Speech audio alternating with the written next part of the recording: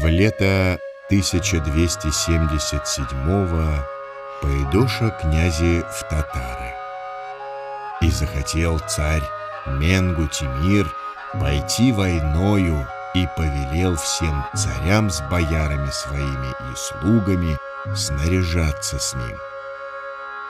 И пойде сам царь Менгу Тимир с князьями русскими, и поможе Бог князьям русским, взяша славный град Ясский Дадоков зимой месяца февраля в 8-й день, и полон и богатств много взяша, иных смерти предаша, а град их пожгоша. Это первое в отечественной истории упоминание легендарного города Дадоков, уничтоженного монголами. В эти несколько строчек из Семеновской летописи уложилось все, что мы сегодня знаем об этом городе, каким он был и что с ним стало. А между тем с ним связана одна из важнейших страниц истории России. Именно поэтому уже много лет остается открытым вопрос: где он находился, град Ясский Дадоков?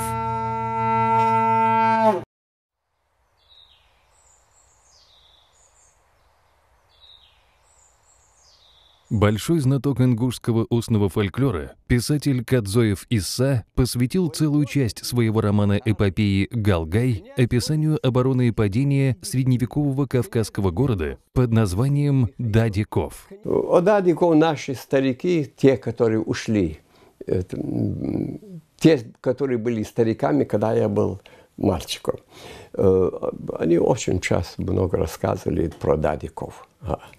Дадиков елар дади вуях. Был дади. Дади — это значит дедушка. Основал ее какой-то дедушка, какой-то старый человек. Пришел со своими сыновьями, основал этот город. А потом у него было 7 сыновей или 8 сыновей, как бывает обязательно по преданию. И вокруг него собрались, род его собрался, а потом другие. Город из обыкновенного поселения Пхе вырос город Дадиков. Но идентичен ли город Дадиков из ингушского предания городу Дадакову из русской летописи, разоренному ханом Менгу Тимуром? Узнать это возможно, лишь определив место, где он располагался. И поможет нам в этом поиске монах, старец Александр, свидетель одного жестокого убийства, изменившего ход истории России. 1304 год. Вот уже почти 80 лет, как раздираемые междоусобицами, но формально единая в рамках Владимирского княжения Русь, находится под пресловутым татаро-монгольским игом в вассальной зависимости от Золотой Орды. Только что скончался великий князь Владимирский Андрей, сын Александра Невского, и основным претендентом на главный русский трон по праву наследования становится его племянник, 33-летний тверской князь Михаил. Однако все было не так просто. Молодому претенденту еще предстояло нелегкое путешествие к самому великому хану в Орду за официальным разрешением, ярлыком на княжение. Но вот именно надо было лично явиться к хану, пройти некоторые обряды очищения, чтобы попасть к нему на прием. С точки зрения православных эти обряды были унизительные, но приходилось это проходить, потому что надо было кланяться каким-то священным деревьям, проходить между очистительных огней. Но в результате тот, кто проходил, они все, кстати, проходили, не все, значит, готовы были на это. Но вот тот, кто проходил, а потом, видимо, нравился хану или договаривался с ним о верном служении, тот и получал ярлык. Великий хан Золотой Орды Тахта, сын того самого хана Менгу Тимура, штурмовавшего Дадоков, оказался доволен кандидатом, и Михаил Тверской получает заветную грамоту. Но не все в русских княжествах смогли смириться с решением великого хана. Было, в принципе, два кандидата на трон великого князя Владимирского. Это московский князь Юрий Данилович и Михаил Ярославич Тверской. Но вот Михаил Ярославич Тверской на ступеньку выше стоял в родовом дереве Рюриковичей. Юрий Данилович приходился ему двоюродным племянником. Соответственно, Михаил Тверской был старше, поэтому он по праву занял этот трон. Но уже до этого у него были столкновения с Юрием Даниловичем, поэтому, судя по всему, Юрий Данилович затаил обиду несмотря на то, что он претендовал на трон в нарушение всех норм, тем не менее, видимо, он хотел все-таки стать великим князем Владимирским, несмотря ни на что. Вот такой был человек он. Человек, который решил любой ценой получить ярлык на Великое княжество. Любой ценой, ничем не брезговать. На этот раз планам Юрия не суждено было реализоваться, но Юрий умел ждать. С этого момента ничто из действий великого князя Михаила не ускользало из поля его зрения, а посмотреть было на что. Золотая Орда – крупнейшее на средневековой карте мира государство, владения которого простирались в Европе и Азии. Подданные империи люди самого разного происхождения отличались друг от друга внешне, говорили на десятках языков и исповедовали разные религии, но всех их объединяло одно – они должны были своевременно платить ей дань. Но как любые завоеватели, после того, как совершено главное, они хотели спокойной, сытой жизни, они благоденствовали лет 300. Они были властелинами вселенной, и, собственно, они с самого начала этого хотели. Максимально себя избавить от хлопот экономических и ежечасных. Казна Золотой Орды пополнялась за счет налогов, поступающих от жителей завоеванных территорий. Колоссальный фискальный аппарат государства работал как часы. Сбор дани с населения был важнейшей обязанностью глав золотоордынских автономий. Главная задача как раз князей – рассылать своих сборщиков дани и собирать дань, потом собирают эту дань в кучку по отдельным властям, потом в главный город приводят княжество, местный князь везет туда, куда скажет великий, и уже представитель великого князя, или он лично, везет в Орду. Вот такой длинный процесс, круглый год это происходит, но раз в год отправляются обозы. Особой скрупулезностью в вопросах налогообложения в свое время отличался все тот же Менгу Тимур. При нем вместе с правом на управление территорией средневековые управленцы в Золотой Орде получили финансовый реестр ожидаемой цифры сбора. Дань была огромной. Приходилось много трудиться, ездить по всем княжествам, каждому князю, чтобы собрать эту дань. Основная сумма, она называлась на Руси «выход».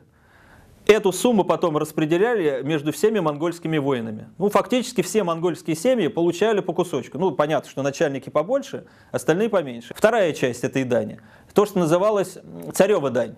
Это то, что шло лично хану. И Михаил Тверской успешно выполнял свою главную обязанность перед ханом. Горели города, были битвы великие и сечи злые, и били мужей, и числа им не было, со слов летописцев. Но дань с русских земель поступала в Орду без опозданий и в необходимом количестве, несмотря ни на что. За 10 последующих за этим лет Михаил окончательно завоевывает расположение хана Тахты и выводит отношения с Ордой на совершенно новый уровень. Но в 1313 году хан Тахта умирает, и новым великим ханом Золотой Орды становится узбек. Меняется хан, значит, все прежние договоренности аннулируются. Снова надо ехать в Орду, снова надо доказывать свою лояльность, авторитет, снова получать ярлык. И вот тут как раз оживился Юрий Данилович, и вместе с новгородцами они решили воспользоваться ситуацией. И мне хотелось бы, честно говоря, узнать, кто посоветовал Юрию Даниловичу посвататься к сестре хана Узбека. Мы же не знаем, как он мог воспылать любовью к женщине, которую в глаза не видел. Но это был очень умный ход, потому что тем самым автоматически Юрий Данилович получал в союзники хана Узбека, и он мог рассчитывать на трон Владимирский. Московский князь Юрий женится на Кончаке и, став зятем великого хана, склоняет на свою сторону его приближенного Кавгадыя, монгольского посла в русских княжествах. А тем временем ничего не подозревающий Михаил, подтвердив ярлык на княжение у нового хана, продолжает править Русью. Но над ним уже собирались тучи. Проблема в чем была? Что до Михаила Тверского были такие контролеры, назначенные ханом, баскаки. Они лично дань не собирали, но постоянно следили за князьями, чтобы те, собирая дань, себе в карман ничего не оставляли. А Михаил Тверской на свою беду, видимо, он добился того, что баскачество было отменено. Настолько Тахта ему стал доверять, как раз, что баскачество было отменено вот как раз примерно в 1312 году. То есть вот эти последние 5 лет до Бартеневской битвы контроля за финансовыми потоками, говоря современным языком, не было. И надо полагать, такое обстоятельство, дававшее простор для массы подозрений, не могло остаться незамеченным в Орде, хоть и не без помощи его врагов. В 1317 году узбек отдает ярлык на Великое княжение Юрию Московскому. Михаил Тверской вынужден принять волю хана и признает Юрия великим князем Владимирским. Это он публично признал, но это не значит, что он отказался от своей идеи вернуть ту власть, которую потерял. Причем потерял незаконно. Михаил Тверской, затаив обиду, начал, судя по всему, готовить войска, но Юрий Данилович прекрасно понимал, что Михаил Тверской не успокоится. И в самом конце 1317 года он идет войной на Тверь. С ним два его брата, посол Кавгадый со своим войском и молодая жена Кончака. Михаил встречает войска Юрия в деревне Бартенево. Когда выдвинулся против московских полков, вот Бартеневская битва, декабрь 1317 года, оказалось, что вместе с московскими полками стоят еще и монгольские полки. Там видно было по вооружению и по стягам. Кавгадый как раз со своим отрядом пришел. В принципе, он мог и не приходить, это его решение было. У них автономия была достаточно большая, у монгольских послов. Хотят вмешиваются, хотят не вмешиваются. Но Кавгадый, значит, решил вмешаться. Присутствие в войске Юрия монголов и стало роковым обстоятельством для Михаила. Междоусобные войны ханом допускались, есть версия, что и поощрялись. Но битва с монгольскими воинами считалась уже прямым посягательством на власть Орды. Итогом битвы, получившим название Бартеневской, стало то, что Юрий Московский бежал с поля боя. А монгол Кавгадый, брат Юрия Борис и Кончака, сестра узбека, попадают в плен к тверичам. И без того невыгодное положение Михаила перед Ордой усугубляется внезапной и необъяснимой смертью в его плену Кончаки. О причине этой смерти спорят по сей день. Юрий подослал своих отравителей, так, подкупил кого-то из этих служанок, ее отравили. Для того, чтобы обвинить Михаила в том, что он отравил не жену Юрия, а сестру узбека, хана. Но есть и другое мнение. Ведь убийство сестры хана было слишком крутым и чреватым поступком для вассала. Никому не было выгодно, но сама по себе смерть привела к тому, что лучше всего воспользовался ситуацией все-таки Юрий. Пункт 3 в обвинении на суде Михаила Тверского: уморил сестру хана. Но было еще первые два пункта. Утаивал дань и воевал с послом хана. Эти три обвинения были выдвинуты против Михаила на ханском суде, который состоялся осенью 1318 года недалеко от города Дадаков. Итак, узбек вызывает к себе Михаила Тверского. В пути князя сопровождают приближенные, в числе которых находится и тот самый старец Александр, духовник князя, который позже опишет этот поход. 6 сентября 1318 года кортеж Михаила настигает ханское кочевье в устье реки Дон. В этом году узбек готовился к походу против хулагидов в Закавказье и находился на своем пути из столицы Золотой Орды, Сарая-Берке, на юг Северный Кавказ, попутно формируя войска. Тверичи присоединяются к кочевью и дальше следуют уже вместе с ним, где на одной из его больших стоянок, ставке, над Михаилом Тверским состоится суд. Дадим, наконец, слово старцу Александру. Вот как он описал местность, которую хан выбрал для стоянки. За рекою Терком, на реке Севенцы, под городом Тютяковым, минувши горя Высокая, Ясская и Черкасская, близ врат железных. Вслед за ним летописцы более позднего времени вносят в эти строки ряд уточнений. У болвана Медяного, у Золотые главы, у Тимиревы, у Богатыревой могилы, гласит Никоновская летопись. И, наконец, летопись Симеоновская, на реке Нае, у города Дадакова. Итак, мы имеем название 3 рек, 2 горных цепей, 3 загадочных пространных ориентиров и, собственно, искомого нами города Дадакова, от которого к тому времени, скорее всего, еще оставались какие-то руины. Для начала присмотримся внимательно к географическим ориентирам. Терк. Михаил Тверской присоединился к орде хана Узбека на Дону, где-то вот под современным Ростовом. И оттуда движение началось на восток. И когда движешься от Дона в сторону Центрального Кавказа, в летописи говорится, что они перешли реку Терк. Но о том, что это Терек, все исследователи согласны. Горы Ясские и Черкасские. Если перейти Терек, Потом называются Великие горы Ясские и Черкасские. Сунжский хребет, который по-ингушски называется Арх, но в древних летописях он указан как Ясские горы, а Терский хребет указан как Черкасские горы. Севенс. Когда они перешли Терские и Сунжинские хребты, Великие горы Ясские и Черкасские, они дошли до реки Сунжи, до реки Севенец. Севенец, опять же, это река Сунжи, потому что здесь не может быть никаких сомнений. Под названием Сеунж, Севенц и прочих река Шолжа, которая в переводе с ингушского означает «ледяная, холодная», упоминается во многих персидских и русских исторических хрониках. Ная. Что касается реки Ная, то на Северном Кавказе нет, на наш взгляд, вот мы не нашли ни одну речку с названием, похожим на Ная, кроме как речки Нясархи. Нясархи, она наиболее соответствует названию реки Ная. В названиях реки Ная и Нясар содержится одно слово «на». Оно означает «мать». Нясар – материнская река. Потом это название пришло ко всей долине, и мы сегодня называем матерью названием.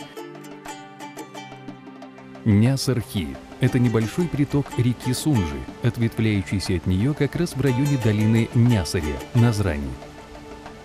И тот, кто пробыл хотя бы некоторое время на реке Севенцы, именно в этой местности, непременно должен был увидеть и Наю, что и подтвердил летописец. Полностью укладываются в карту местности и следующий ориентир. Врата железные. Железные ворота – это Дарьяльский проход, который очень хорошо виден с территории расположения Назранской крепости. Вместе с тем, под железными воротами мог подразумеваться и конкретный пункт перед входом в Дарьял – сама застава. Врата железные, они находились в районе города Буру. Буру или Бур – это старинное ингушское название укрепленных застав, постов. Одна из таких застав у входа в Дарьяльское ущелье дала название целой местности, рядом с которой в 1784 году была воздвигнута русская крепость Владикавказ.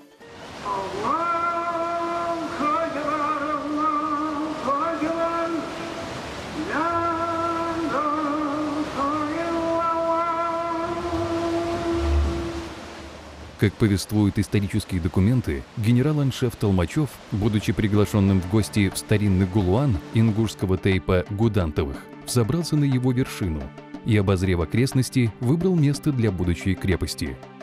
Галуан или Гал, на который взобрался генерал, был частью большого фортификационного сооружения, которое у ингушей называется Габ или Габков, двор крепости, известный в русской транскрипции как Капкай.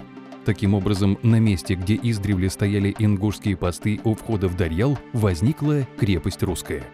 Ингуши по сей день называют Владикавказ, сегодня столицу Северной Осетии, своим старинным словом «буру» – «застава». А ворота таможенных застав на Восточном и Центральном Кавказе обивались железом. Отсюда и название «Врата железные». И описываемая нами местность, в которой Нясархи отделяется от Сунжи, называется Бурокале, буквально «под заставой». Таким образом, мы смогли достаточно точно локализовать местность, которая наиболее соответствует описаниям летописцев. Кроме того, многочисленные исторические данные подтверждают правильность результатов нашего поиска. Хан Узбек тут оказался не случайно. Тут даже много искать не нужно. Ставка хана находилась там, где сейчас Плива находится. Почему? Во-первых, река. Во-вторых, ровная плоская земля, которую очень любили монголы. И дальше пастбище, все. Это самое удобное место. И еще Боракаш. Там, где находится ханский бег Золотой Орды, там, где он себе поставил могилу, где он себе мавзолей поставил, это поставил там, где он жил.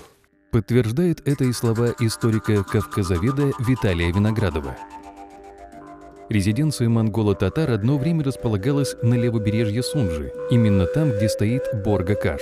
Погребальные мавзолеи строились степняками не на случайном месте. И если на берегу Сунжи поднялась гробница ордынского владетеля, то для этого были веские основания. Среди них главные – здесь был традиционный район татарских кочевий. Борга-Каш – типичный мавзолей эпохи Золотой Орды, построенный в 1406 году на одном из склонов Сунжинского хребта, тех самых Ясских гор. Это единственный в своем роде памятник архитектуры на всем Северном Кавказе. На входе в мавзолей написано имя усопшего – Бексултан, сын Худайнада. Из ингушских преданий известно, что этот человек принадлежал к племени Борга, то есть брагунов, которых отождествляют с современными крымскими татарами. Отсюда происходит и ингушское название мавзолея – Борга-Каш – могила брагуна. Из тех же преданий о Бексултане мы можем судить об отношениях ингушского населения, оставшегося жить на равнине после погрома Магаса под властью Золотой Орды, с ней. Они были достаточно тесными, вплоть до династических браков, по крайней мере в поздний период ее существования на этой территории. Это уникальная старая карта Ингушетии, на которой кроме наименований населенных пунктов достаточно подробно указана аутентичная топонимия местности. Посмотрите, Борга-Каш стоит на холме, который называется Шейх-Гуф. Местность позади нее обозначена как Туб-и-Ла-Те, буквально «там, где стояло войско».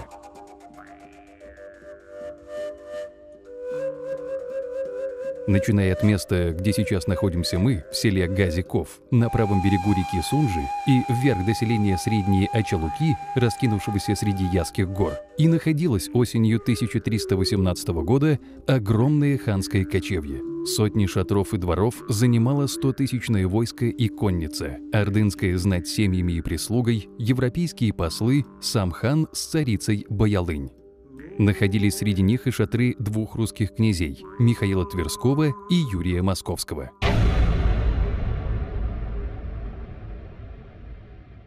Первый суд над Михаилом состоялся 21 октября 1318 года. Судьей был Кавгадый, союзник Юрия Московского, а и сами выступили русские князья во главе с последним. «Много дани ты взял с городов наших, а царю не отдал». Так звучало их обвинение со слов летописца. Об этом очень, к сожалению, мало пишут в учебниках, но я могу сказать, к сожалению, с точки зрения исторической правды.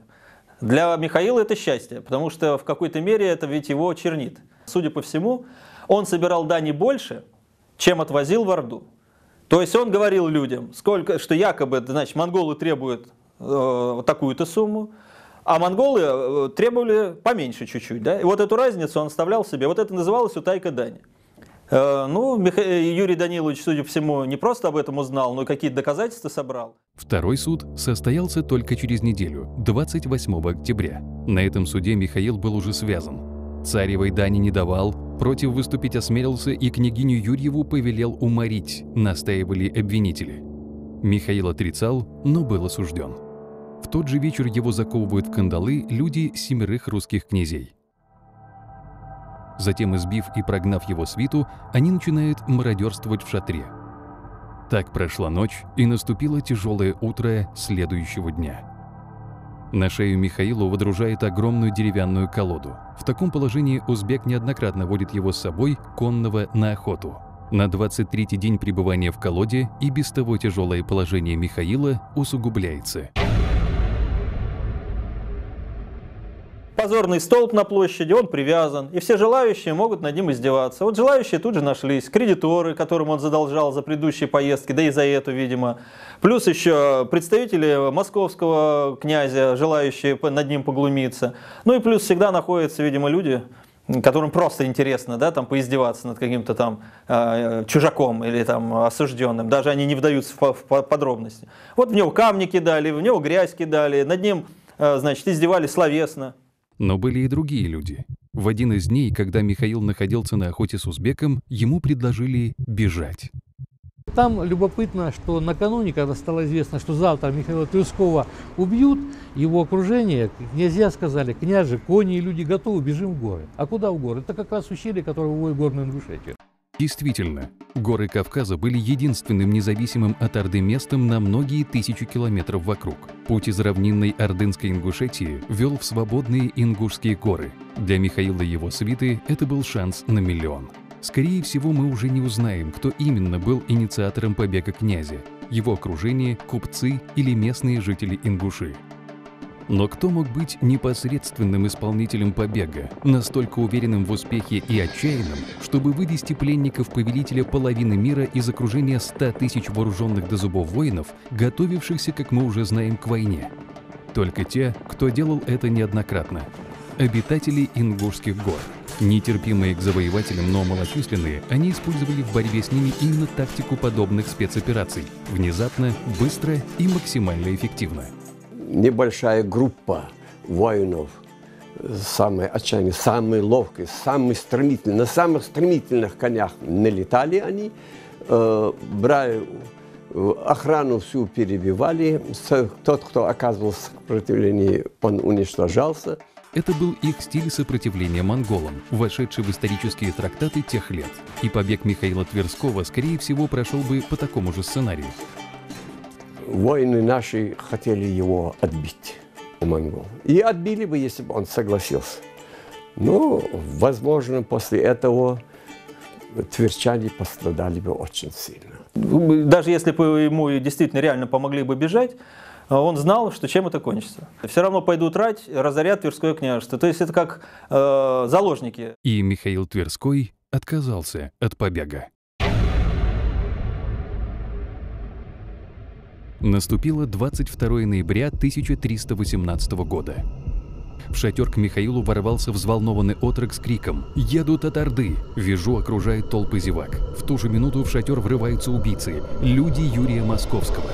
А потом вот эта вся арава, банда натуральная, двинулась, и они зарезали Михаила.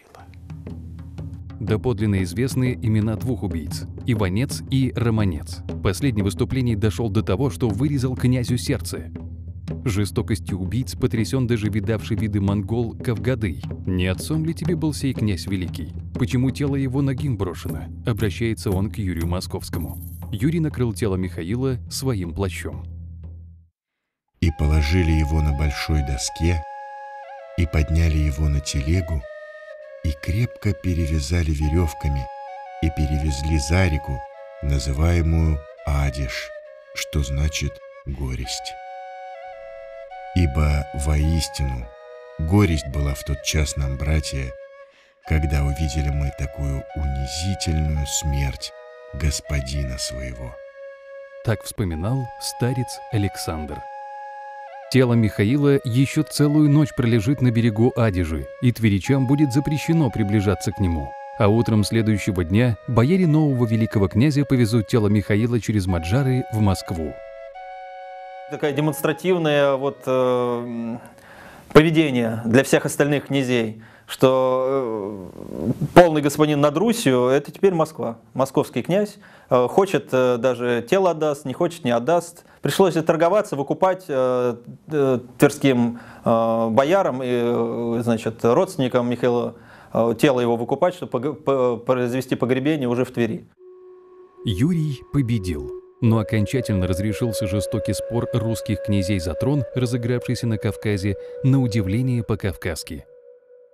Правда, и его настигло наказание, но он все-таки сохранял свой ярлык до тех пор, пока не встретил в Орде сына Михаила, Дмитрия Грозного-Отча. И тот совершил суд Божий, а с точки зрения хана самосуд, и несмотря на то, что Дмитрий знал, что его тоже казнят, он все-таки убил Юрия Даниловича. Ну, это получается кровная месть, око за око, зуб за зуб. Итак, мы дополнили картину последних дней Михаила Тверского и получили еще один ориентир в поисках Дадокова. Адиш.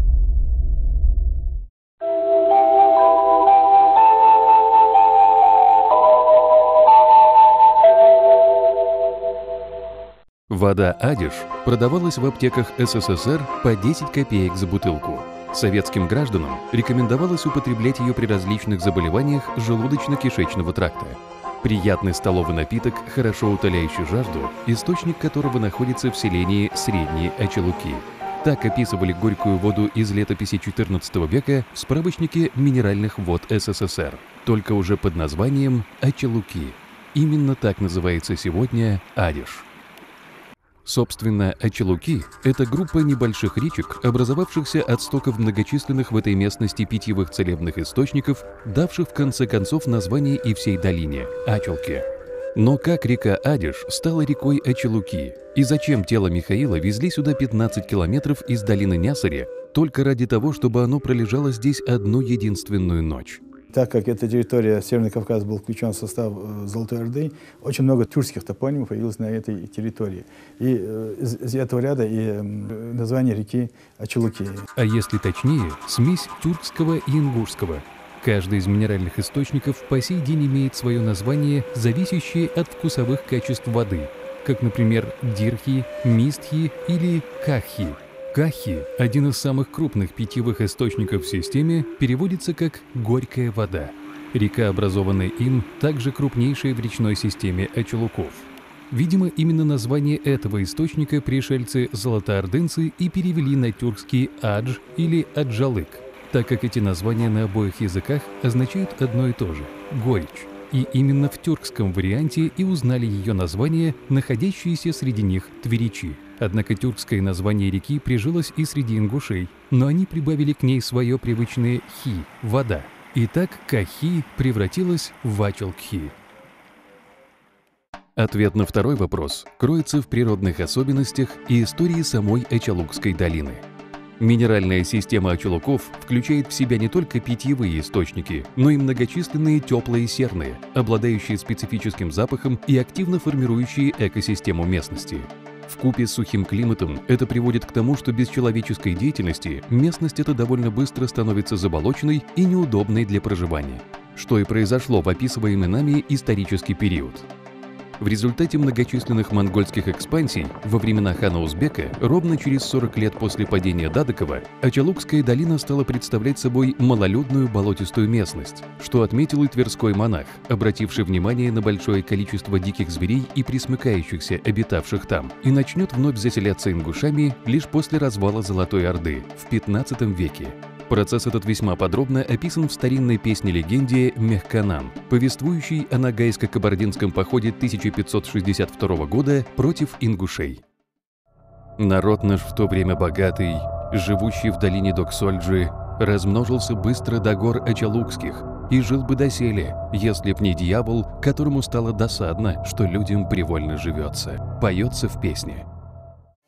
Долина Доксольджи – Большая Сунжа. Это современный пригородный район, а Ачалукские горы – район долины Ачалки. Таким образом, становится очевидно, что лишенное на первый взгляд смысла действия с телом князя было своеобразным продолжением казни. Тело намеренно оставили в безлюдном болотистом месте, полном диких животных, на целую ночь. Отсюда же, по единственной в этом районе и существующей поныне дороге через Терский хребет, его повезли в Маджары. Конечно, сегодня в Ачалуках все иначе. Долина давно превратилась в настоящую ингушскую здравницу. Целительные серные источники превратились в термальные бани. А горькую воду из летописи разливают на суперсовременном заводе минеральных вод и, как прежде, развозят по всей стране. И только небольшой памятный знак на берегу реки Кахи напоминает нам о трагическом событии 1318 года, поставившему точку в споре Твери и Москвы. Но вернемся к нашему поиску и обратимся к летописи еще раз. «И терпел блаженный князь Михаил несказанную ту муку 26 дней за рекою Терком, на реке Севенцы, под городом Тютяковым, как минешь горы высокие Яские и Черкасские, близ врат железных, на реке Ная, у болвана Медяного, у Златые главы, у Тимиревы, у Богатыревой могилы». Итак, перейдя Терек, затем Терский и Сунжинские хребты, тверичи оказались у реки Сунжи, в районе, где от нее отделяется Нясархи. Текст летописи однозначно указывает на то, что Михаил и его свита оставались на этом месте почти все время пребывания князя в Ставке. То есть шатер Михаила стоял именно в междуречье Сунжи и Нясархи, в местности Борокале, близ Назрани, название которой, как мы уже сказали, содержит в себе ее положение относительно врат железных и откуда Дарьялский проход виден невооруженным глазом. Отсюда происходит первая версия местонахождения Дадыкова. Дадыков находится в междуречье Сунжи и Назранки, на территории Назрани, современной Назрани. на высоком мысу, на хребте, который называют ингуши Дягдук, долгий хребет. После казни тело Михаила перевезли за реку Адиш, в район современных Средних Очелуков, с которым связана версия вторая. По нашему мнению, местонахождением города Дедякова, средневекового города, может быть являться местность в районе селения Средние Очелуки в Ингушетии. Но у нас есть в запасе еще два ориентира. Возможно, они помогут нашему расследованию. Болван медяной «Золотые головы». То если посмотреть из Назрани или из селения Барсуки в направлении на Средние Очелуки, в район, скажем, Синкир, то на вершине, между этими населенными пунктами, Средними Очелуками и Назранью, находится вершина Гезмечурт. И гора называется Гезмечурт, это наиболее высокая точка. И название этой вершины в переводе звучит как «бронзовый памятник». Слово «гез» по-ингушски обозначает бронзу, что соответствует примерно и меди, потому что бронза – это сплав меди. Вот, поэтому оно соответствует этому ориентиру. Кадзоев Нурдин отождествляет этот ориентир с горой Тушоли. Название этой горы происходит от некогда находившегося на ней святилища богини плодородия Тушоли, в которой хранилась ее знаменитая медная маска. Возможно, что вот под идолом «Золотые головы» имеется в виду именно идол богини Тушоли, который находился на этой местности в те времена. Тимирева Богатырева могила. Здесь речь идет о мавзолее Боргакаш. Дело в том, что во времена Узбека, в 1318 году, это мавзолей еще не было на этой местности. Он построен через 100 лет, примерно через 100 лет, в 1405-1406 годах. Мавзолей, находящийся недалеко от Назрани, упоминается только в варианте летописи XVI века, а значит, речь действительно может идти о нем. Но на исследуемой нами территории есть еще одно сооружение, которое также подходит под описание этого ориентира. В районе селения Нижние Очелуки, Дабиюрт, находится гора, на которой на карте, на старой карте отмечена древняя крепость. Эта гора, она называется Темрха-Буарс. Буквально «могила Темрха». Это древнее городище, находящееся на одном из склонов Сунжинского хребта. Словом «буарс» в ингушском обозначается любая искусственная насыпь, будь то могила или укрепленный земляной вал, как в данном случае. Темрха-Буарс – один из тех самых буру, о которых мы уже упоминали. Их очень много на территории плоскостной Ингушетии. Они легко узнаваемы из-за своей специфической формы, и все объединены общим названием Бурбаарс – укрепленная насыпь. Наличие или же отсутствие такого рода сооружений на изучаемой территории – важный пункт в поиске Дадокова. И вот почему. Город был дотла сожжен, и летописцы пишут вот после этого разорения Дадиков о нем как о славном городе, то есть очень богатом. Этот город находился на трассе Великого Шелкового пути, естественно, был очень богатый. Обеспечением безопасности грузоперевозок занимались местные жители. И бурбаарзы – это часть средневековой системы наблюдения и охраны транспортных магистралей. На уже знакомой нам карте Темрха-Буарс действительно обозначен как древние крепости. А это значит, что вплоть до недавнего времени на этом Бурбаарзе еще существовали остатки каких-то сооружений. Отдельные фрагменты старинной кладки на некоторых холмах в этом районе наблюдаются и сегодня. Можно определить, где проходили эти ветви Шелкового пути, потому насколько густо здесь расположены древние городища. А в горной зоне потому, насколько густо расположены вот эти наблюдательно-сторожевые башни. И если взять карту и нанести на карту все эти городища, эти башни, вот можно определить основные пути, основные ветви Великого Шелкового пути. Если встать на вершину Темрха-Буарс, можно увидеть другую вершину – Дидигуф, находящуюся в Средних Очелуках, а с вершины Дидигуф видна Бола-Буарс из Верхних. И так вглубь Ингушетии до самых гор. В горах ингуши встречали караваны уже с верхушек башен, воов, которые называют боевыми. На самом деле, это основная функция этих башен, это сторожевые наблюдательные функции. Потом, когда эти караваны прекратили свое движение по горной зоне, уже в 16, 17, 18 веках, они уже стали так маленькие крепости для межродовых столкновений. В войне против оснащенной стенобитным или пороховым оружием армии они никак не могли помочь оборонявшимся, что показала позже Кавказская война, когда эти башни взрывали средним зарядом динамита. Проследуем и мы по шелковому пути, изучая обе версии местонахождения города. Итак, караваны выходили из Дербента и двигались к Черному морю через все густонаселенные города и поселения. Одна из ветвей шла вдоль реки Сунжи. И первым крупным пунктом на пути караванов в пределах исследуемой нами территории был район современной Назрани, где находится Дяхдук, длинный хребет, с которым Кадзоев Нурдин связывает дадоков. Это было стратегически важное место во все времена. Он охранял вообще вход в Назранскую долину. Здесь же была основана, не зря была основана русская крепость. Остатки Назрановской крепости, воздвигнутой для охраны военно-грузинской дороги в 1810 году, еще сохранились на том самом длинном хребте. На части территории бывшего Дадикова находится сегодня Назранская крепость. Здесь же отмечены валы, рвы огромные, и сама местность, она была людьми подготовлена к обороне. И делались здесь стены были. Стены с башнями, наподобие тех, которые имеются в горной зоне. Но здесь вот отличие, материал был другой. Не камень, а сырцовый кирпич, который был более выгоден для обороняющихся из-за его амортизирующих свойств, что важно при бомбардировке метательными орудиями. Но в то же время, в отличие от камня, горел. Поэтому вот при разведке этой территории, при осмотре этой территории наблюдается очень много такого толстого слоя, культурного слоя с пеплом. Земля перемешана с пеплом, в котором мы находим очень много средневековой керамики этого периода, костей домашних животных и много другого материала. Далее караваны шелкового пути двигались по 3 веткам. Одна уходила в горы по Асинскому ущелью, вторая по Камбелеевке на Юалхате. Нас интересует третья, на Чулуки через Сунжинский хребет. Город Дедяков, он называется Ясским городом.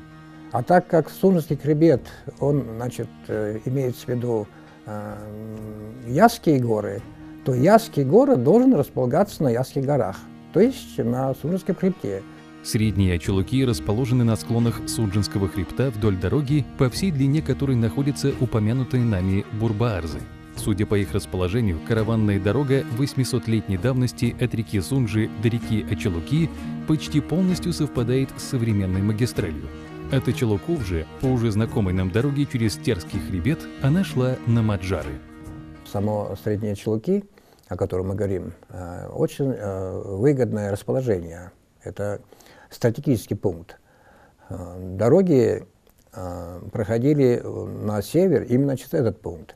Окончательно утвердить или опровергнуть обе версии смогут лишь масштабные археологические исследования. Мы же с вами достаточно близко приблизились к загадке местонахождения Дадокова и его идентичности городу Дадиков из ингушских легенд. Но с ним связан еще один любопытный момент. Дело в том, что город Дадиков, в отличие от многих кавказских городов, таких как Магас, Маджары или тот же Джулат, неоднократно появлявшиеся в монгольских хрониках в период существования Дадикова и после его погрома, не упомянут ни среди первых завоеваний монголов на Кавказе, ни среди последующих. Сомнительно и то, что монголы его попросту не завоевали тогда, так как вся Кавказская плоскость находилась в составе Золотой Орды. Он упоминается лишь в русских летописях конца XIII – начала XIV века. Исходя из этого факта, исследователи выдвигают версию, что во время первого похода монголов на Кавказ его здесь попросту не существовало. И скорее всего, что Дадоков – это город, основанный жителями разрушенных в 1239 году Магаса и прилегавших к нему плоскостных поселений. Именно прежние связи в этой местности помогли им так быстро освоиться в новых условиях и за несколько десятилетий превратить его в столь развитый город. После Магаса вот это неправильное представление, что вот всех уничтожили, все попрятались в горах, все закрыто, и тут безжизненная такая пустыня. Вот, такого не было. Жизнь возродилась сразу после того, как эти военные столкновения прекратились, там, Магас разрушен, войско монголов ушло отсюда. И вдруг монголы обнаружили, что там, где они устроили побоище, пожарище, цветущий город, обложили налогом, данью. Они несколько лет платили. А потом обнаружили, что у них достаточно воинов, чтобы дать отпор. Ага. И сказали, что мы больше платить не будем. Вот тогда-то и царь, не царь, а хан Менгу Тимур организовал поход на город Дадиков. Исследователи действительно считают, что именно перепись населения тех лет, инициированная скрупулезным ханом Менгу Тимуром на всей территории Золотой Орды, и послужила катализатором недовольства населения. На этой средневековой гравюре изображен процесс работы ханских переписчиков в Новгороде в 1259 году. Летописец сообщает, что это вызвало бурное негодование горожан, опасавшихся последующего за переписью повышения налогов. То же самое, по-видимому, произошло и в городе Дадоков. В 1254 году была проведена перепись. Но население, люди знают, для чего проводится перепись, для того, чтобы брать побольше дани, собирать. Но обычно монголы как поступали? Если дань своевременно поступала, то эти территории не трогали. Если кто-то прекращал платить дань, то совершали поход. Один из таких походов и стал роковым для города. Основной военной силой хана Менгу Тимура в походе против Дадокова были дружины ростовских князей Глеба, Константина и других. Они, как правило, когда привлекали русских воинов, когда маршрут пролегал либо с русскими землями, либо через русские земли. Вот, видимо, нужна была даже как бы буферная прослойка между монгольскими отрядами и местным населением, на всякий случай, чтобы все-таки не было восстаний, чтобы лишний раз не озлоблять население. Потому что, естественно, когда идут войска, они же попутно грабят. Посмотрите на это изображение. Это миниатюра XVI века, на которой художник запечатлел погром Дадокова. Мы видим смерть, плен, грабеж, огонь.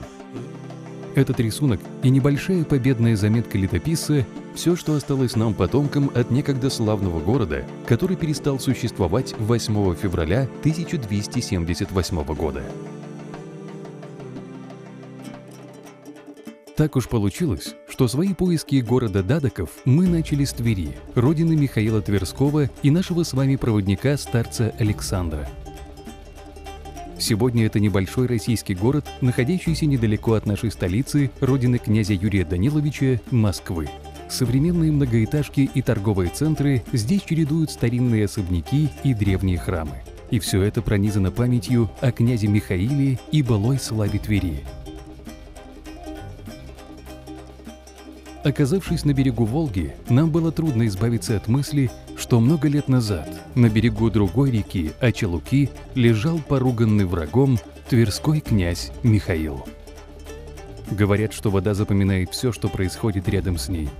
Мы привезли с собой частицу той самой горькой воды и вылили ее в Волгу.